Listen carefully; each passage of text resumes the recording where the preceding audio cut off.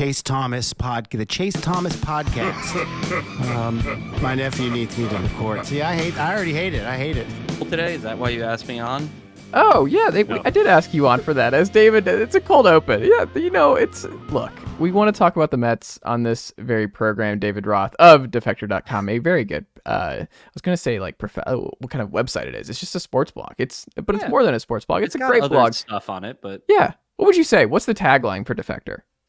We were calling ourselves the last good website for a while, which is kind of obnoxious. We might not do that anymore, but it's like it might be the last good website, though. It's like the way sites that used to exist, right? So it's like mostly sports, some other stuff, like writing about whatever weird thing is under our skin. Like today, it was like our sports quantum was pretty low on the day that you and I are talking, but we had like a hockey blog, a college basketball blog, and an NBA blog, and then we had like something about how much Luis hated the movie Saltburn.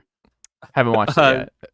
Yeah, he really disliked it. He disliked it in a way that like kind of made me feel like I should watch it though. I was like, not that I don't trust his judgment, but I was like, what kind of movie would make a reasonable man this upset? Like there has to be something there. Well, there are so many people in the world who would only watch movies. There are people out there with the late Roger Ebert who it's like, oh, he hates this comedy.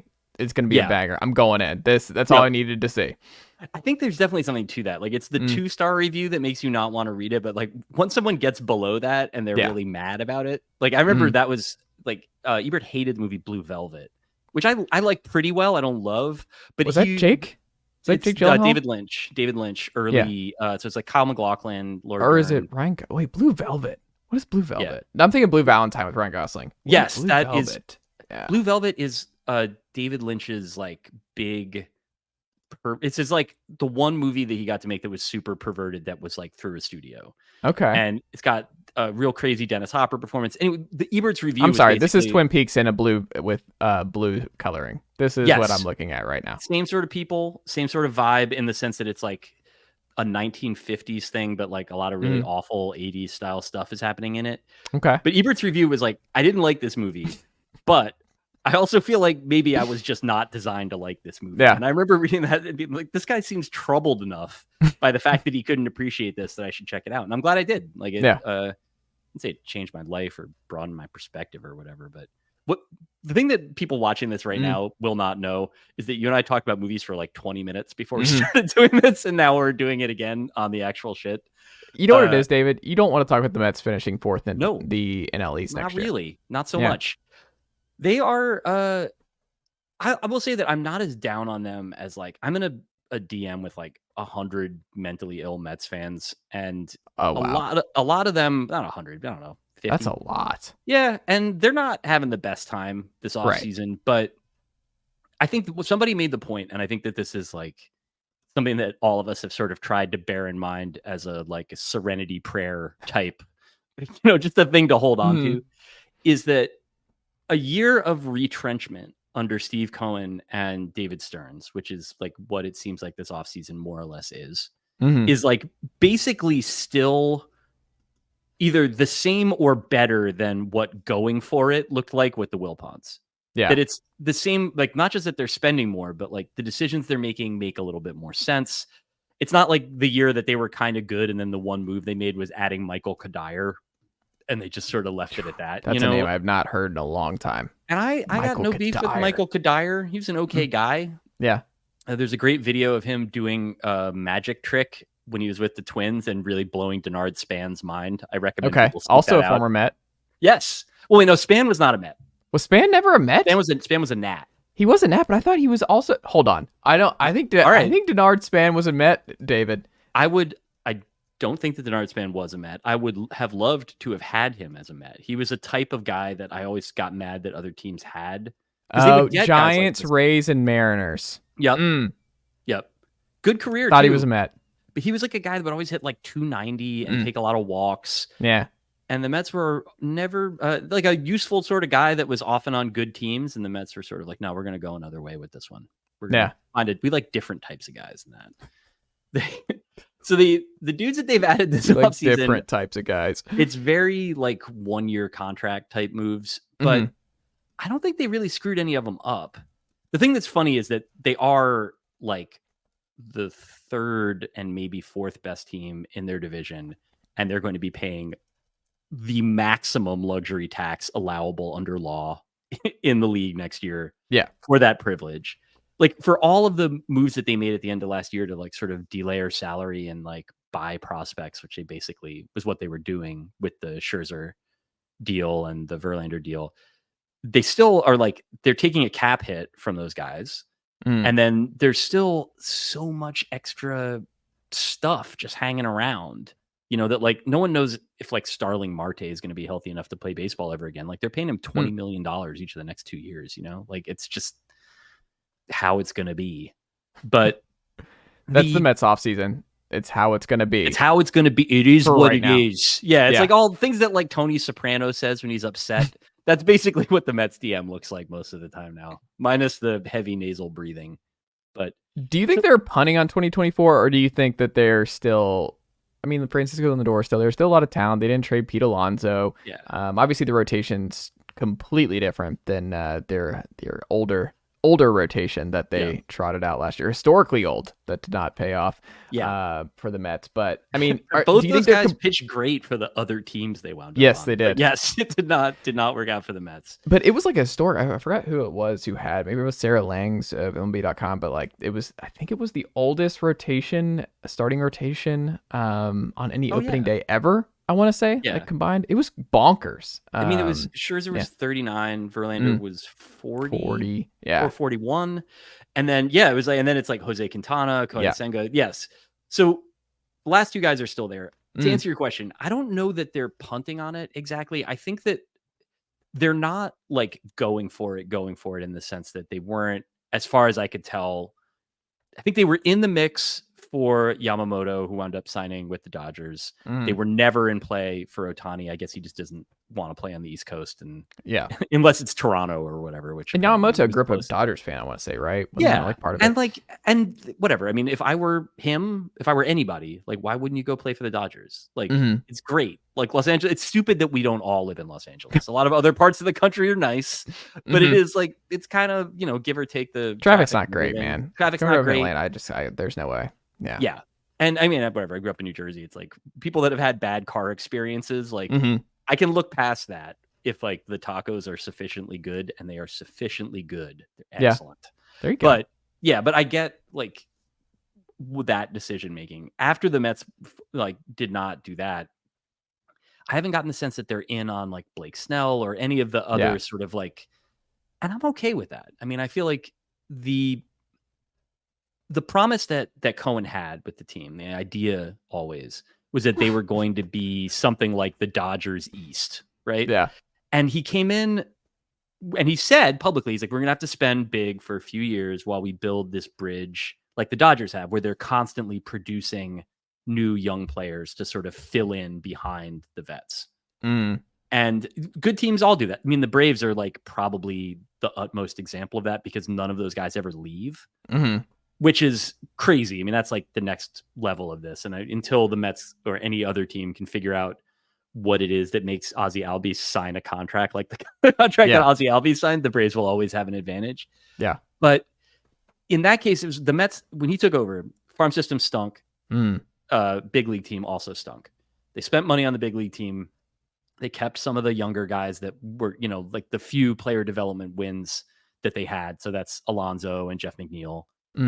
Basically, and Brandon Nimmo, I guess, but that's like the entirety of it. Yeah. And so most of what the idea was that spending on short-term deals like Verlander and Scherzer would be the sort of thing that keeps them competitive while the pressure from below builds. The problem was they didn't fix the farm system at all. There was no talent in it.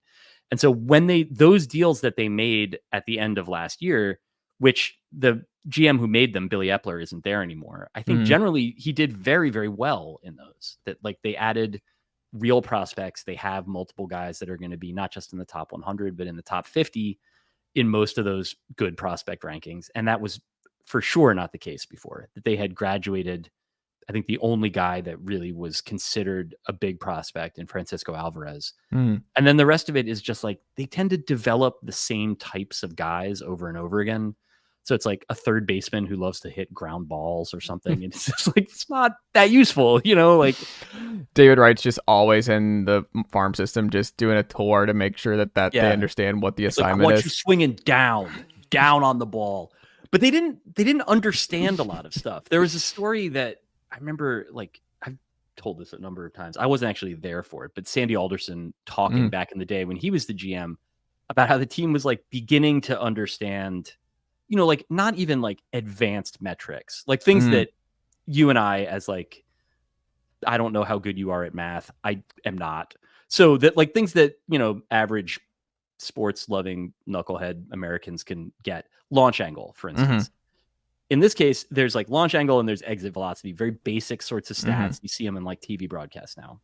When Alderson was the GM, the team was like just beginning to become aware of these. That's like 5 years ago. And at the time, they thought that they had discovered in their own farm system like a hidden gem. The guy's name was Eric Campbell. He had like a big league career, but not a great big league career. And they noticed that he hit the ball very, very hard, like on balance, which is a good thing. It's just that they didn't notice, and they were, like they were excited. They're talking him up, and he's going through the minors and he's hitting, like maybe like an empty 300 because he did not ever hit the ball in the air. He was hitting sizzling 108 mile an hour ground balls. And sometimes they got fielded and sometimes they didn't.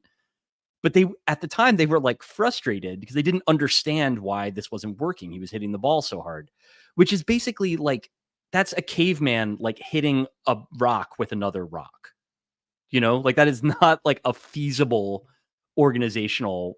It's not anything like an organizational philosophy. It's just like people in the baseball side of things that don't understand baseball. And I think that at this point, they've now more or less turned it over. I don't know that the player development is better, but the people making the decisions seem to be making more informed decisions.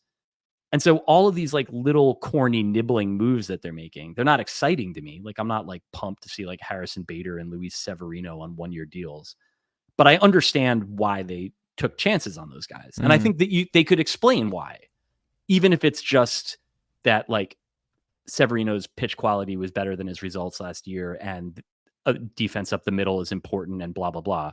That's like more than they were able to say for like most of the time that I've been cheering for the team. Like when the Wilpons were in charge, it was just like, we want winners or whatever. And they didn't know what the fuck that was. They didn't like, it wasn't something that they'd paid attention to. It was just, the one who wore the Ed Hardy shirts. Which Wilpon was that? Oh, in the office. That sounds like Jeff. Well, I think, do you remember that story?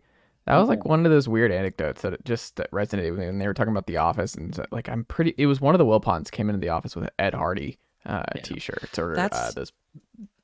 There were button-ups, I think, but they were the short sleeve button-ups, if I remember correctly. Yeah, like a bull. He was dressed like Guy Fieri, basically. Yes. Describing. All right, that's not good. I gotta find this story from so many years ago. So the Wilpon front office culture was so deranged. They had, so it was especially because like Jeff was a guy. He was like the heir apparent, and the reason that Fred Wilpon wound up selling the team was that basically all the minority owners' kids, all the heirs to the Mets, were like, we cannot work with this guy. Like we can't be in the office with the Ed Hardy bowling shirt guy because he's too weird and he's too nasty.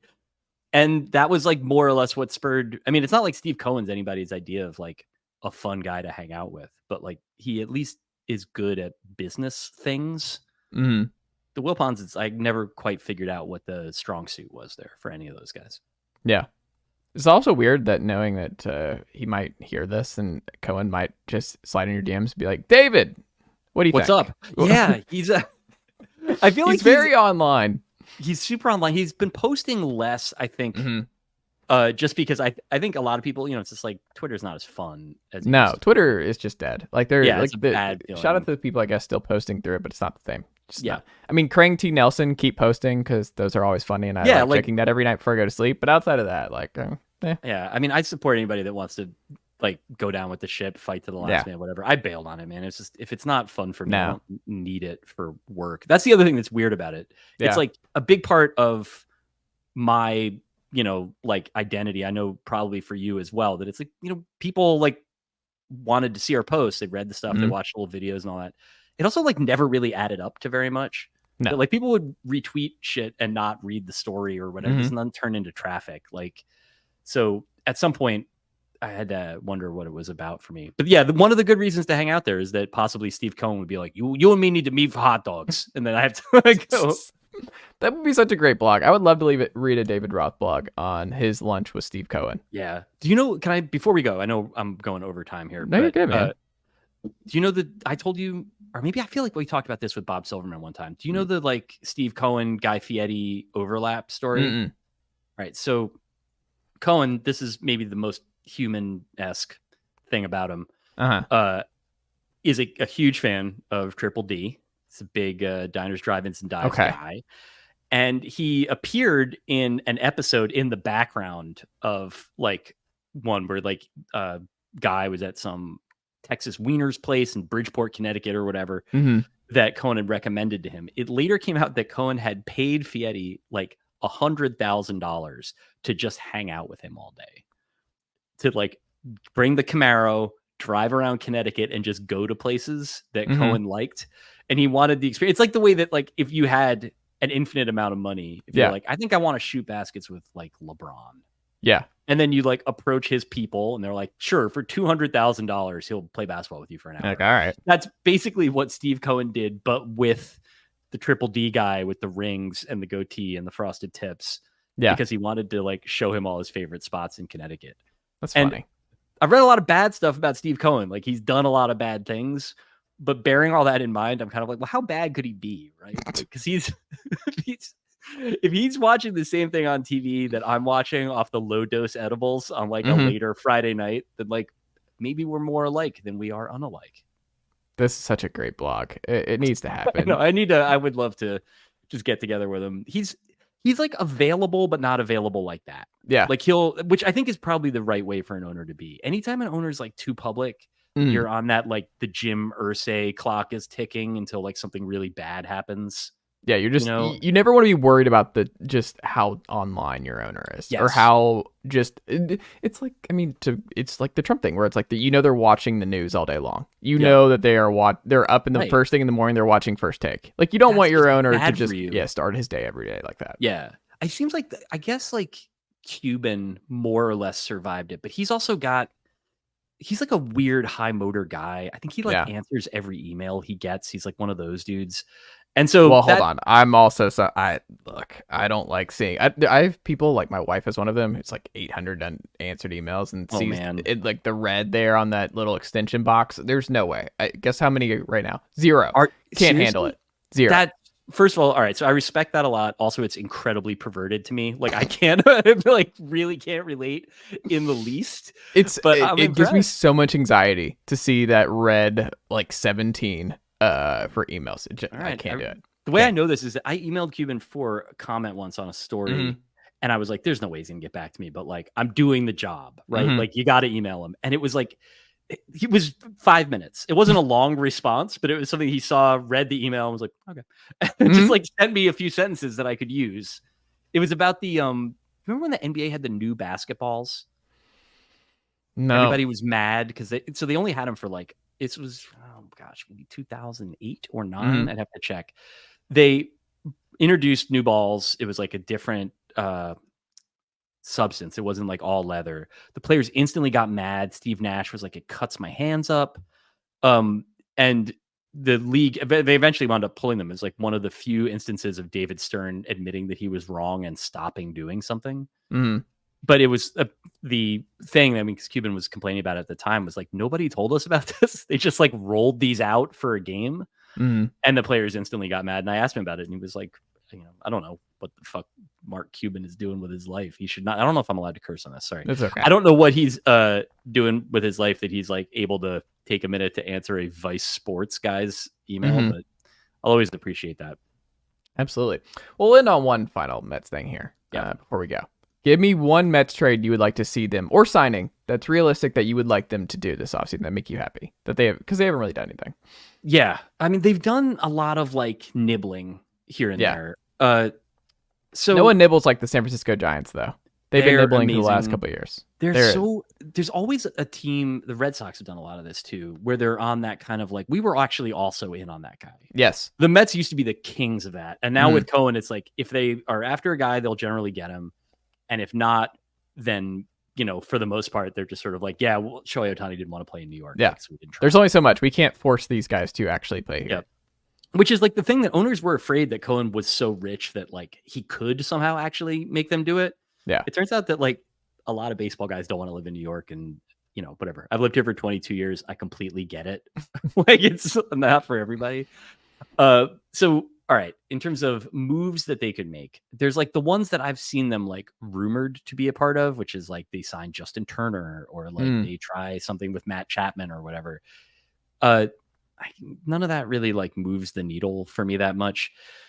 I don't know if this is cheating. I would like to see them commit to Pete Alonso and like make that deal happen. I think that that's probably, given the representation that he has and given the way that the team has approached it, that's probably not going to happen until he becomes a free agent or until just before.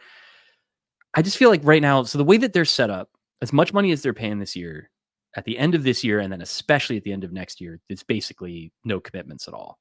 It's like Lindor, McNeil, Senga, and and Edwin Diaz. So not really very much else. And then, the guys that are pre-arbitration or entering arbitration.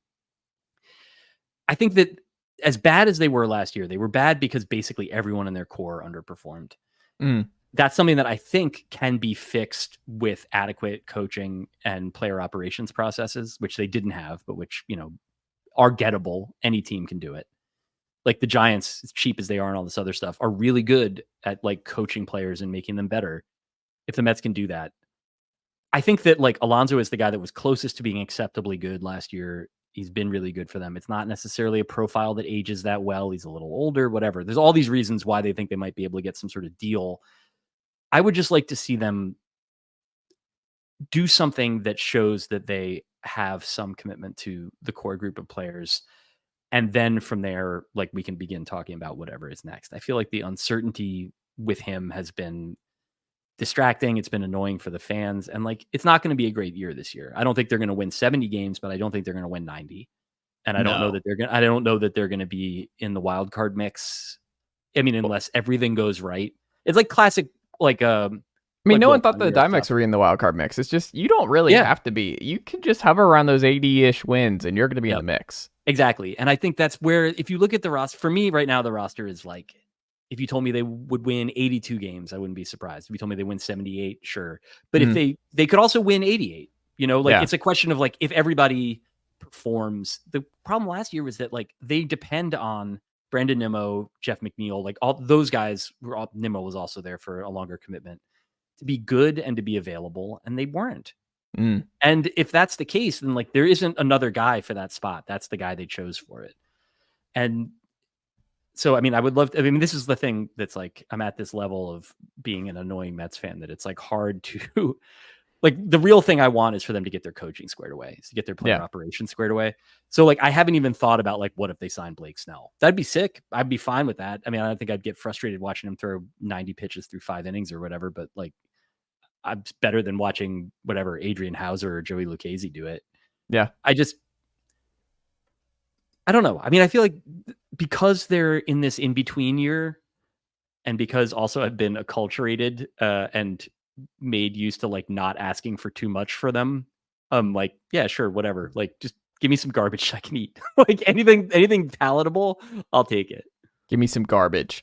I was gonna tie that in and just do a whole bit, but like give me some garbage. Give me some Ray Ratto pieces because he did the other night. He did like 3 blogs in a row. He's a monster, man. And it was just he cracks me up. I tell people and they like I still think he's probably my favorite writer, sports writer, because he always makes me laugh. He's just so good. He'll do it in like 600 words, and it's just a great one. And I'm like, great column, great job, Ray. He's the best in the world at that thing that he does. Yeah.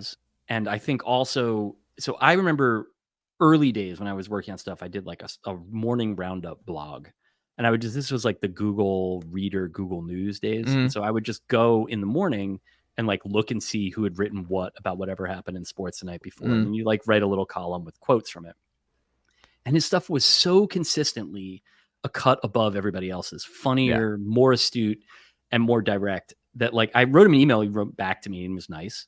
I was, like in my 20s. It was like sort of just basically a fan mail thing. Mm-hmm. I didn't know at the time that his whole public persona was like being really mean to everybody. He's like, he's a sweetheart. He's a really nice man. And he is especially like you said, like the volume thing, he writes and files. It's always like exactly 800 words. Yes. Like he does not mess around the way that like sometimes I'll take he's too the long old school to write journalist something. where it's like he's thinking like I have 800 words to work with to fit it's in column this print. inches, man. It's just like that much space, how many words go in that, and whatever, he's a beast with it. The thing with him that's and we've talked about this, I talk to him on the phone every now and then just because as an editor, he's a writer, like, and he's always concerned. He's like, am I writing too much? Am I doing like, am I sucking the air out of the room? And I think that metabolically, you'd think that the kids, like the younger writers that we have that are like online or whatever, would be more on that like rapid response thing. He's just got more. He's got a higher motor, and he's able to turn stuff around faster than anybody else. He's got that dog in him. Yeah, he's got the dog in him. He's had it for a real long time. If you've ever actually seen what his actual dog looks like, it's a really funny idea. The image of that showing. Does he have a dog? X-ray. Yes, he has a tiny, fluffy little white dog that's had a bunch of health problems. A lot of times when I'm talking to him on the phone, he'll be taking the dog for a walk, and so like we'll be talking, and then he'll be like, "Oh, blow it out your ear," because like the dog is stopping or whatever. He's the best guy there is. I love him. I'm glad that you're a fan as well. Oh yeah, no, Ray's the best. Also, David Roth's the best, Drew McGarry's the best, and everybody over there at Defector.com, a very good sports website. The last good one that everyone should go subscribe to if they are not already. Defector.com. Subscribe today. That's so nice. Great. Support good blogs. Yeah. And after this, David and I, like, he's gonna fund Sports on Earth Part 2. We're bringing it back very strongly. There you go. David Roth, thank you as always, and I'll talk to you again soon.